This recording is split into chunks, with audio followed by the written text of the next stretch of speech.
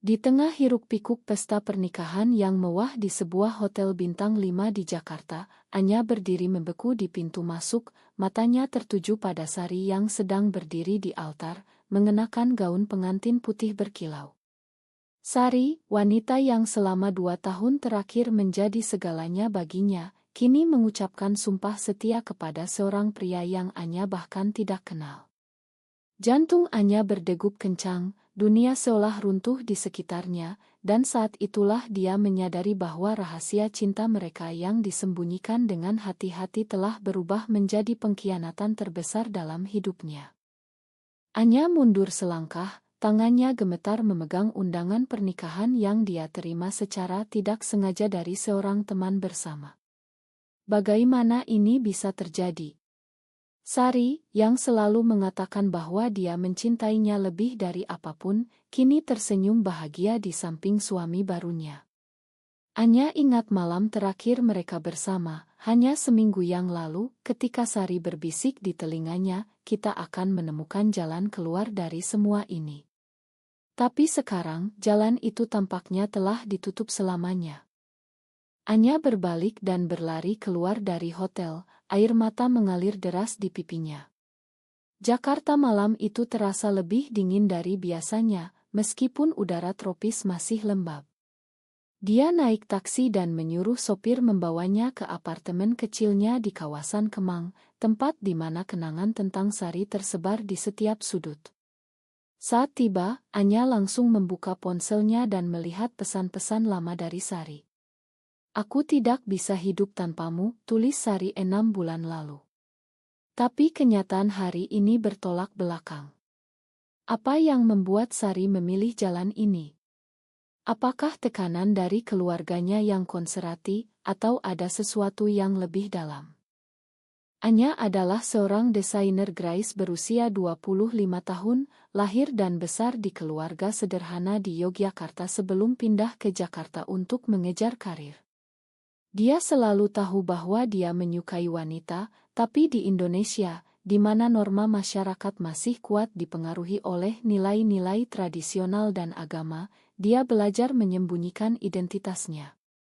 Bertemu Sari di sebuah acara seni 2 tahun lalu adalah titik balik. Sari, 28 tahun, seorang guru sekolah menengah yang cerdas dan karismatik, tampak seperti wanita strike biasa. Tapi pertemuan itu berubah menjadi persahabatan, lalu cinta yang mendalam. Mereka menghabiskan waktu bersama secara diam-diam, menghindari mata-mata keluarga dan teman. Sekarang, duduk di lantai apartemennya, Anya mencoba mengumpulkan potongan pule. Keluarga Sari berasal dari kalangan menengah atas di Surabaya, dengan orang tua yang sangat taat beragama. Sari pernah bercerita tentang bagaimana ayahnya selalu menekankan pentingnya pernikahan tradisional, dan bagaimana ibunya sering menanyakan kapan dia akan membawa calon suami pulang. "Mereka tidak akan pernah mengerti," kata Sari suatu kali, dengan suara gemetar. Tapi Anya selalu yakin bahwa cinta mereka cukup kuat untuk melawan itu semua. Ternyata, dia salah. Malam itu, Anya tidak bisa tidur. Pikirannya dipenuhi bayangan Sari di altar. Dia memutuskan untuk menghubungi Sari, tapi ponselnya dimatikan. Mungkin sedang bulan madu, pikirnya pahit. Keesokan harinya, Anya pergi ke kantor dengan mata bengkak. Rekan kerjanya bertanya, tapi dia hanya menggelengkan kepala. Di sela-sela pekerjaan, dia mencari tahu tentang suami Sari melalui media sosial. Pria itu bernama Rian, seorang pengusaha sukses berusia 30 tahun. Oto-oto mereka bersama tampak sempurna, tapi Anya tahu itu hanyalah topeng. Sore itu, saat Anya pulang, dia menemukan Sari berdiri di depan pintu apartemennya. Wajah Sari pucat, mata merah karena menangis. "Anya, aku harus bicara," katanya dengan suara parau. Anya memandangnya dingin, tapi hatinya masih bergetar. Mereka masuk ke dalam, dan Sari langsung memeluknya. "Makan aku," bisik Sari. "Aku tidak punya pilihan." Anya mendorongnya menjauh. Tidak punya pilihan. Kamu baru saja menikah, teriaknya. Sari duduk di soa, kepala tertunduk. Keluargaku memaksa. Ayah sakit, dan dia ingin melihat aku menikah sebelum dia pergi. Anya terdiam. Dia tahu ayah Sari menderita kanker, tapi Sari tidak pernah bilang seburuk itu. Kenapa tidak bilang padaku, tanya Anya. Sari menggelengkan kepala. Aku takut kamu akan marah. Aku pikir aku bisa menangani ini sendirian. Percakapan mereka berlanjut hingga malam, penuh air mata dan penjelasan.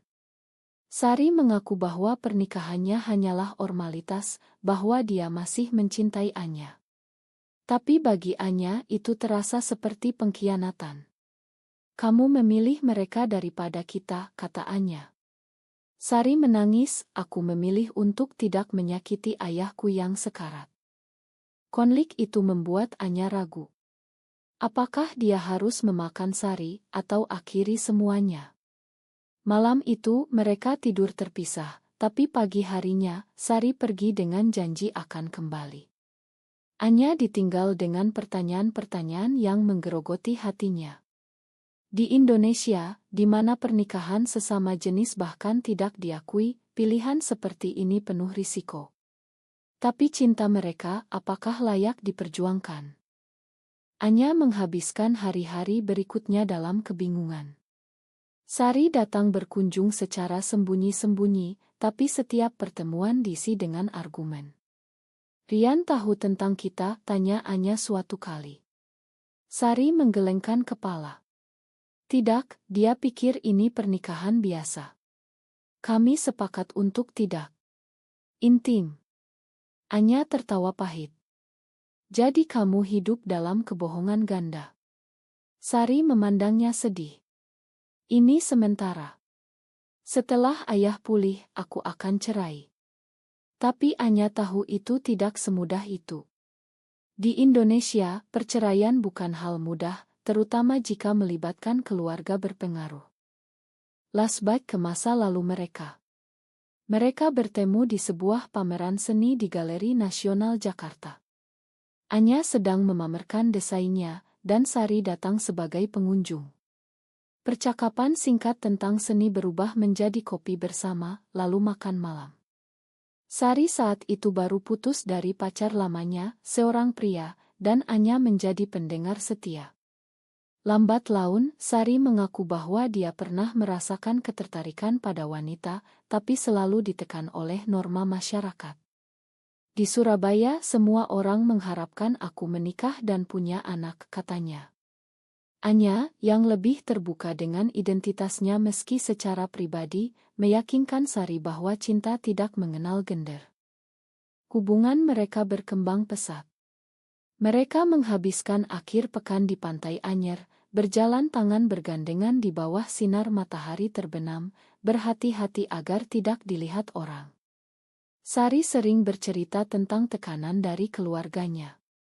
Ibunya, seorang ibu rumah tangga yang taat, sering mengatur kencan buta. Mereka bilang aku sudah terlalu tua untuk single, keluh Sari.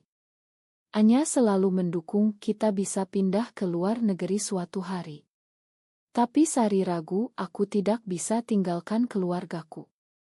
Kembali ke masa kini, Anya mulai merasakan dampak dari situasi ini. Di kantor, konsentrasinya menurun, dan bosnya memperingatkan. Teman-temannya bertanya kenapa dia tampak murung, tapi Anya tidak bisa cerita. Suatu hari, dia bertemu dengan teman lama, Lina, yang juga lesbian. Lina mendengarkan ceritanya dan berkata, kamu harus akhiri. Sari memilih jalan aman, dan itu akan menyakitimu terus. Tapi Anya masih cinta. Dia sedang dalam tekanan, bela Anya. Lina menggelengkan kepala, tekanan itu nyata, tapi pilihan dia juga nyata. Sementara itu, Sari menghadapi konfliknya sendiri. Di rumah baru dengan Rian, dia merasa seperti orang asing. Rian baik, tapi tidak ada chemistry. Malam-malamnya dipenuhi mimpi tentang Anya. Ayahnya, yang sedang kemoterapi, sering menelepon dan mengatakan betapa bahagianya dia melihat Sari menikah. "Kamu telah menyelamatkan hati ayah," katanya. Sari merasa bersalah, tapi juga terjebak. Suatu malam, Rian bertanya kenapa dia tampak jauh. "Apa ada masalah?" tanya Rian. Sari berbohong, hanya lelah. Tapi dalam hati, dia tahu ini tidak bisa berlanjut. Anya memutuskan untuk bertemu Sari di sebuah kai kecil di Tamrin. "Kita harus putus," kata Anya tiba-tiba. Sari terkejut, air mata mengalir. "Jangan, Anya. Beri aku waktu." Tapi Anya tegas, "Waktu. Kamu sudah menikah." Argumen mereka memanas, suara mereka naik hingga pelayan kai memandang. Sari memohon, "Aku akan cerai setelah ayah sembuh." Anya bangkit, "Dan jika ayahmu tidak sembuh, kamu akan tinggal seperti ini selamanya." Sari tidak bisa jawab. Anya pergi, meninggalkan Sari sendirian dengan air mata. Malam itu, Sari pulang dan bertengkar dengan Rian untuk pertama kalinya. Rian marah karena Sari sering keluar malam. "Kamu kemana saja?" tanya Rian. Sari berbohong lagi, tapi Rian curiga. Di sisi lain, Anya mulai mencoba move on. Dia bergabung dengan komunitas LinkedIn online, meski secara anonim. Di sana, dia membaca cerita orang lain yang menghadapi hal serupa, tekanan masyarakat, penolakan keluarga. Itu membuatnya sadar bahwa ceritanya bukan satu-satunya. Tapi hati masih sakit. Beberapa minggu kemudian, kondisi ayah Sari memburuk. Sari harus pergi ke Surabaya. Sebelum berangkat, dia menelepon Anya. "Ayah kritis," katanya. Anya, meski marah, merasa kasihan. "Aku doakan yang terbaik." Sari menangis, "Aku butuh kamu." Tapi Anya menolak datang. "Ini pilihanmu." Sari pergi sendirian, hatinya hancur. Di rumah sakit, melihat ayahnya lemah, Sari merasa bersalah ganda terhadap ayah dan terhadap Anya. "Apakah ini benar?" tanyanya pada diri sendiri. Di Surabaya, Sari menghabiskan hari-hari di rumah sakit, menjaga ayahnya. Rian ikut, berpura-pura menjadi suami sempurna. Keluarga Sari memuji Rian, "Kamu beruntung punya suami seperti ini." Sari tersenyum palsu, tapi dalam hati, dia merindukan Anya. Suatu malam, saat ayah tertidur, Sari menelepon Anya. "Aku tidak tahan lagi," katanya. Anya, yang sedang di Jakarta, mendengar suara Sari yang pecah. "Kembalilah padaku," pinta Sari. Anya ragu, bagaimana dengan Rian? Sari diam sejenak, lalu berkata, "Aku akan bilang yang sebenarnya padanya." Keputusan itu datang setelah sebuah mimpi buruk di mana Sari melihat Anya pergi selamanya. Pagi harinya, dia bicara dengan ibunya. "Ibu, ada yang harus kubicarakan." Ibunya, yang sedang membuat teh, memandang curiga. "Apa, Nak?" Sari mengambil napas dalam, Aku tidak mencintai Rian. Aku mencintai orang lain." Ibunya terkejut, "Apa maksudmu?" "Rian baik sekali." Sari melanjutkan, "Orang itu adalah wanita." Ibunya membeku, cangkir teh jatuh ke lantai. "Apa kamu gila?" "Itu dosa besar," teriak ibunya. Sari menangis, "Ini aku yang sebenarnya, Bu." Argumen memanas. Ayah Sari, yang mendengar dari kamar, memanggil mereka. Saat Sari masuk, ayahnya memandang lemah. "Apa yang terjadi?" Sari menceritakan semuanya, termasuk tentang Anya. Ayahnya diam lama, lalu berkata, "Aku tahu kamu tidak bahagia, tapi ini tidak bisa diterima." Sari memohon, "Ayah, aku tidak bisa bohong lagi." Ayahnya menggelengkan kepala, "Pikirkan keluarga kita. Apa kata orang?" Sari pergi dari kamar dengan hati hancur. Malam itu, dia bicara dengan Rian. Aku lesbian, katanya langsung. Rian terkejut, tapi tidak marah. Kenapa tidak bilang dari awal, tanya Rian. Sari menjelaskan tekanan keluarga. Rian setuju untuk cerai secara damai, tapi meminta waktu untuk mengatur. Kembali ke Jakarta, Sari menghubungi Anya. Aku telah bilang pada semua orang, katanya. Anya tidak percaya. Benarkah? Sari datang ke apartemen Anya malam itu membawa surat cerai yang sedang diproses. Mereka berpelukan, tapi Anya masih ragu. Bagaimana dengan keluargamu? Sari mengaku mereka marah besar. Ibu tidak mau bicara denganku. Anya merasa campur aduk, bahagia tapi juga takut. Ini akan sulit, katanya. Sari mengangguk, tapi aku memilih kamu. Namun, kebahagiaan itu singkat. Keluarga Sari mulai menebar gosip. Teman-teman Sari menjauh, dan di sekolah, rumor menyebar. Kepala sekolah memanggil Sari, kami mendengar hal-hal buruk tentangmu. Ini bisa mempengaruhi reputasi sekolah. Sari membela diri, ini kehidupan pribadiku. Tapi tekanan semakin besar. Di sisi lain, Anya menghadapi masalah sendiri. Keluarganya di Yogyakarta mendengar rumor melalui saudara dan menelepon. Apa benar kamu? Seperti itu, tanya ibu Anya. Anya mengaku, ya, Bu. Aku mencintai Sari. Ibunya menangis, kamu membawa malu keluarga. Konflik mencapai puncak ketika ayah Sari meninggal 2 minggu kemudian. Di pemakaman, keluarga menyalahkan Sari. Kamu membunuh ayahmu dengan pengakuanmu itu, kata saudaranya. Sari hancur, merasa bersalah. Dia mulai menarik diri dari Anya. Mungkin ini kesalahan, katanya suatu hari. Anya marah, kamu sudah memilih, sekarang mundur. Sari menangis, aku kehilangan segalanya karena ini.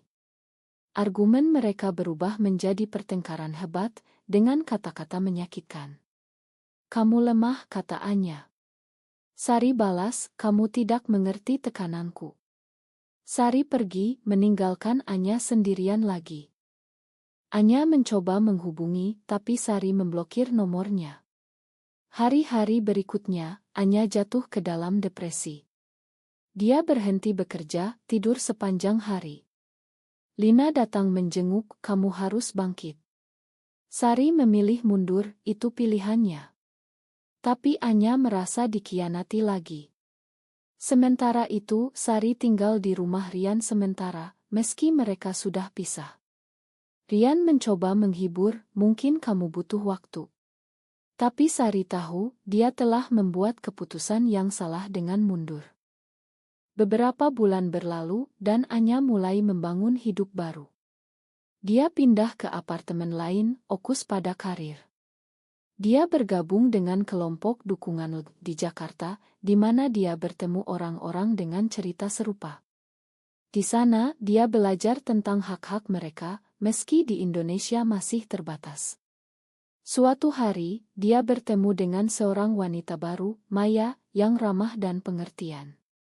Maya mengajaknya kencan, dan Anya setuju mencoba move on, tapi di hati, Sari masih ada. Sari, di sisi lain, menghadapi konsekuensi pilihannya. Setelah perceraian resmi, dia kehilangan pekerjaan karena rumor. Keluarganya memutus hubungan, kecuali saudara perempuannya yang diam-diam mendukung. Sari pindah ke apartemen kecil di Bogor, mencari pekerjaan baru sebagai tutor priat. Malam-malamnya dipenuhi penyesalan. Dia sering melihat foto lama dengan Anya, menangis sendirian. Aku bodoh, gumamnya. Suatu hari, dia mendengar dari teman bahwa Anya sedang berkencan dengan orang lain. Itu menyakitinya, tapi juga membangunkannya. Aku harus perjuangkan, pikirnya. Sari memutuskan untuk mencari Anya. Dia pergi ke kantor lama Anya, tapi Anya sudah pindah. Melalui media sosial, dia menemukan alamat baru. Malam itu Sari berdiri di depan pintu Anya, hujan deras mengguyur Jakarta.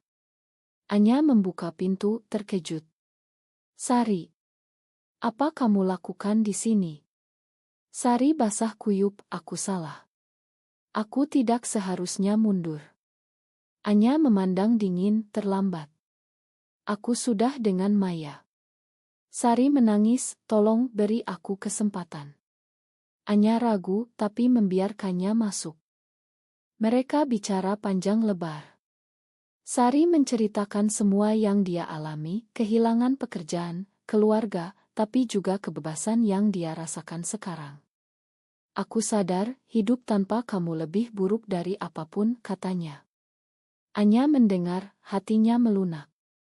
Aku juga menderita, aku Anya. Tapi aku takut terluka lagi. Sari memegang tangannya, aku janji, kali ini aku tidak akan mundur.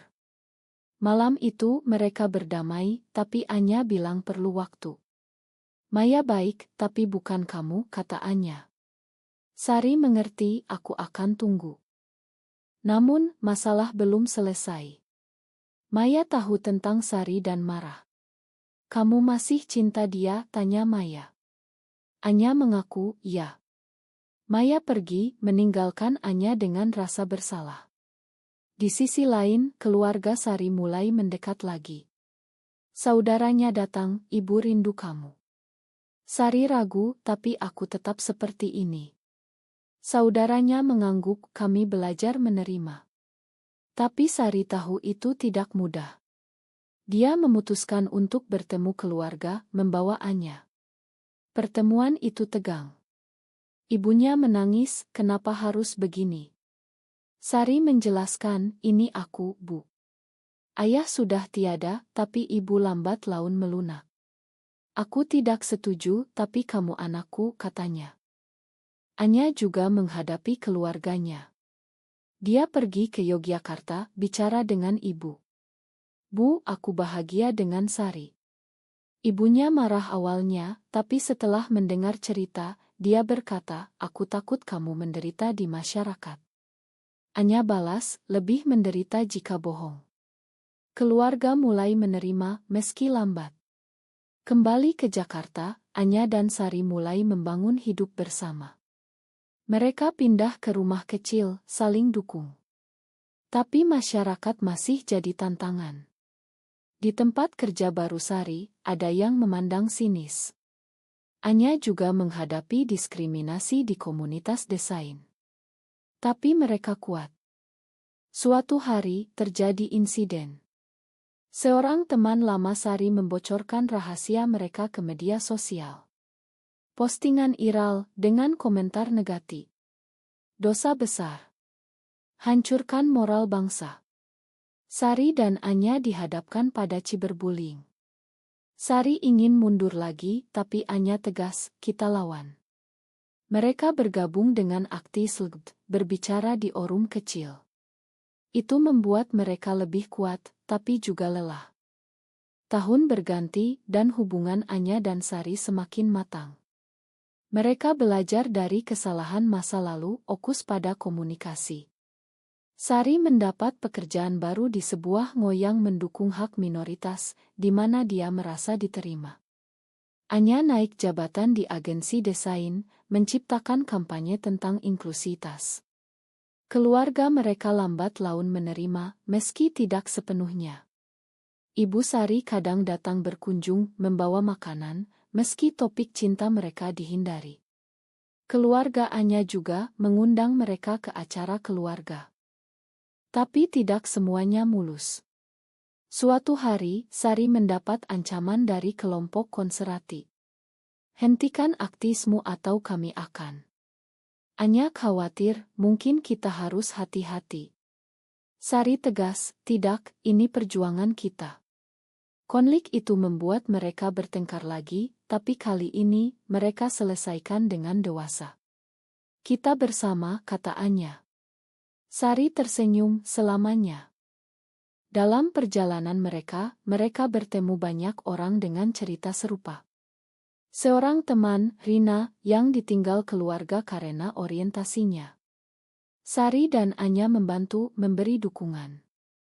Itu membuat mereka sadar betapa besar isu ini di Indonesia. Masyarakat yang masih dipengaruhi norma tradisional, agama, dan undang-undang yang tidak melindungi. Tapi ada harapan generasi muda lebih terbuka. Anya dan Sari menjadi role model diam-diam bagi banyak orang. Suatu malam, di atap apartemen mereka, Anya bertanya, apakah semua ini layak? Sari memandang bintang, ya karena aku punya kamu. Mereka berpelukan, merasakan kedamaian yang selama ini dicari. Tapi Anya tahu perjuangan belum selesai. Ada saat-saat di mana dia ragu, ingat pengkhianatan masa lalu. Tapi Sari telah membuktikan komitmennya. Akhirnya, mereka memutuskan untuk pindah ke Bali, di mana komunitas lebih liberal. Di sana, mereka mulai hidup lebih bebas, meski tetap hati-hati.